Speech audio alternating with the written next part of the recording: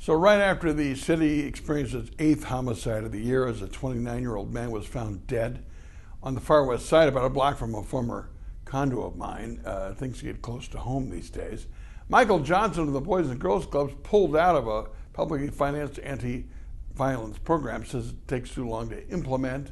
He's not happy with it. Local clergy and neighborhood leaders put together a 15-point plan to provide for more peacemaking in the neighborhoods.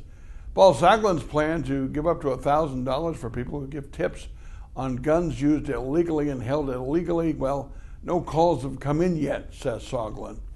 You know, the city council spent all this money looking into the practices of the police department to $400,000. They don't want to add more cops. Last summer, Chief Koval asked for more cops. We've got a real disconnect going on in this city, what causes the violence. An impassioned Facebook post by Kaleem Care showed real concern and frustration. Kaleem Care, who made the point that we could have had Madison Prep, a school, would have gone outside the public school guidelines, would have been designed to have more teachers of color, forming relationships with families and have liaisons who communicate with various layers of family members. That was voted down by white progressives on the school board. If things are too bad at home, you got to do something. You got to create specialized schools that can address the lives of at-risk children before it's too late.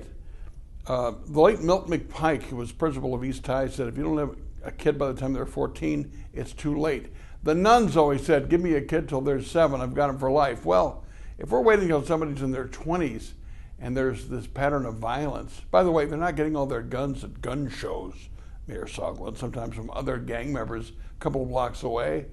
You've got to deal with this early on, preschool, liaisons with home, talking to parents. You got to deal with this early and establish these patterns of behavior early, or it could be too late. So I would say some of these 15-point programs and anti-violence programs may not work as well as what Kaleem Care is advocating.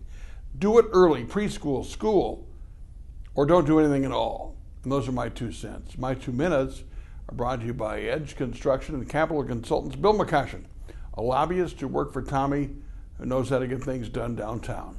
Talk about this and more tomorrow on the Mitch Henck Show on madison.com.